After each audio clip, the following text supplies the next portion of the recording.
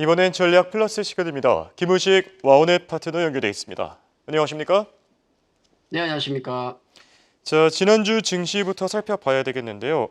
전반적으로 나쁘진 않았습니다. 그리고 국내 증시 같은 경우엔 또 한 3% 정도 오르기도 했었고요. 주간 기준으로요.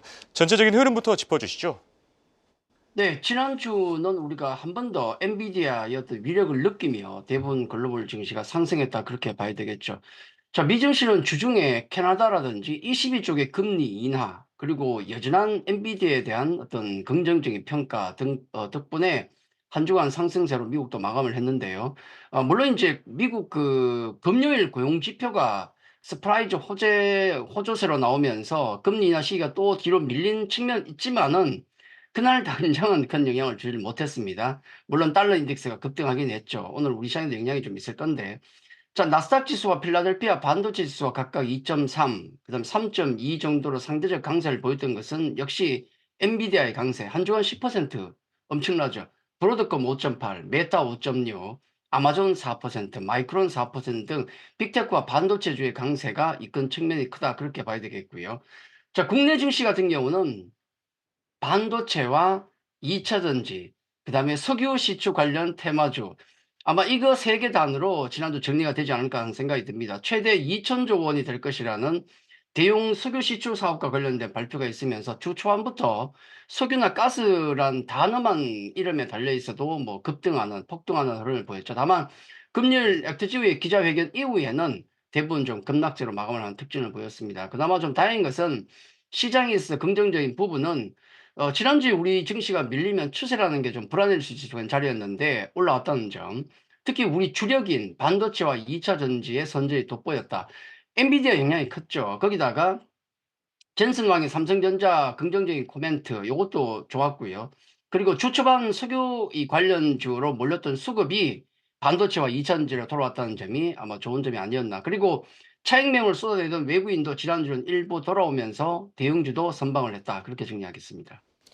네, 전반적인 상황 자체는 좋았고요. 자, 이번 주는 그런데 쉽지만은 않을 것 같습니다. 자, 중요한 이벤트들이 많이 예정돼 있는데요. FOMC, 엔비디아 주식 분할, WWDC, CPI 뭐 하나 빼놓을 수 없을 만큼 다 중요하다고 볼 수 있겠죠. 일정들도 같이 짚어주시죠.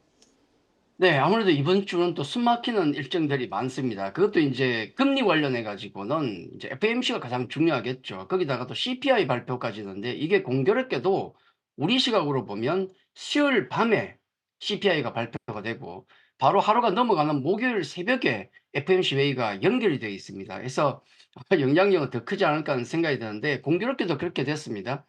최근 경제 지표 부진 때문에 금리 인하 기대감이 좀 높아지다가 지난 주말에 고용 지표가 너무 서프라이즈로 나오는 바람에 기대치가 내려가고 투자은행들은 속속 지금 금리 인하 시기를 뒤로 미루고 있는 자 그런 분위기에서 발표되는 부분이라 아마 주목할 만하지 않겠는가 생각이 들고 그리고 이제 종목 섹터에 영향을 주는 것은 애플의 행사 거기다 삼성의 파운드리 포럼까지도 이번 주에 있거든요. 자 그런 걸 생각하면 애플의 AI 사업에 대한 어떤 기대감이 어떻게 표출될 것인가. 삼성 같은 경우는 퀄컴 CEO 특히 이제 젠슨 황과의 미팅 가능성이 어떻게 될 것인가. 자 이런 부분들이 영향을 좀 줄 것 같습니다. 자 그리고 또 하나 인제 주가적인 측면에서 중요한 것은 글로벌 전체 주식 시장을 이끌고 있는 단 하나의 종목이 뭐겠습니까? 엔비디아지 않습니까? 그 엔비디아가 지난번에 호실적 발표 이후에도 크게 움직였었는데 자 이번에 또 마지막 질러 봐야 되나요? 액면 분할이 된 상태에서 이번 주부터 거래가 됩니다. 10분의 1 토막으로 나오게 되겠죠. 그래서 이번 이벤트도 과연 긍정적으로 작용할 것인가 아니면 제로 노출로 작용할 것인가 상당히 중요합니다. 그리고 또 오라클, 브로드컴, 어도비의 실적 발표, BOJ 통화정책회의, 우리나라 선물옵션 동시 만기일도 있다는 점 이런 부분들 일정을 챙기는 게 중요하다. 그렇게 말씀드리겠습니다. 알겠습니다. 그렇다면 이런 상황을 감안했을 때 투자 전략은 어떻게 세워야 되겠습니까? 시장 전체적인 흐름은 역시 보고 대응하자 정도로 말씀드려야 되겠죠. 지난주에 중요했던 외국인 수급은 다행히 들어왔습니다. 물론 이제 달러 강세 또 원화 약세 출발이라 좀 불안한 측면도 있지만은 외국인 수급은 돌아왔고 그리고 이제 우리 추세에도 다행히도 좀 지켜주는 흐름이 나왔습니다. 좀 아쉽긴 하죠. 왜냐하면 미국 증시는 사상 최고가인데 우리는 추세를 겨우 지켜주는 것만 해도 감사해야 될 정도니까 물론 아쉬운 측면이 있습니다만은 이번 주는 FOMC와 역시 엔비디아 10분의 1 액면 분할이 가장 중요할 걸로 보입니다. 금리와 우리 지수에 중요한 반도체 이벤트이기 때문에 그 향방을 보고 결정하는 게 좋지 않을까 말씀 좀 드리겠고, 그리고 이제 전략 관련해서는 지난주에 움직였던 이 시초 관련주들, 석유, 가스, 시초 관련주는 테마주로 접근을 해야 되겠죠. 다만 이제 그런 테마주로 접근해야 된다는 아쉬운 측면이 있겠지만은 모멘텀만 있으면 바닥에서 수급이 올라온다는 측면, 자, 그 부분은 상당히 좀 긍정적이었다 그렇게 보고 있습니다.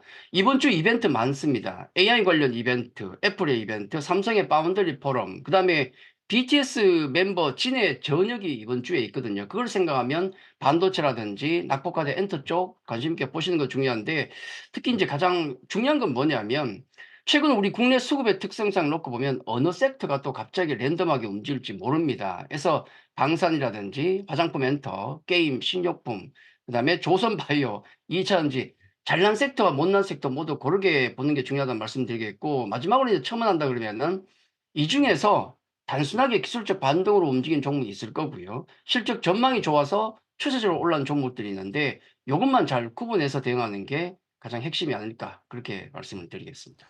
알겠습니다. 지금까지 도움 말씀을 김우식 와우넷 파트너였습니다. 감사합니다. 감사합니다.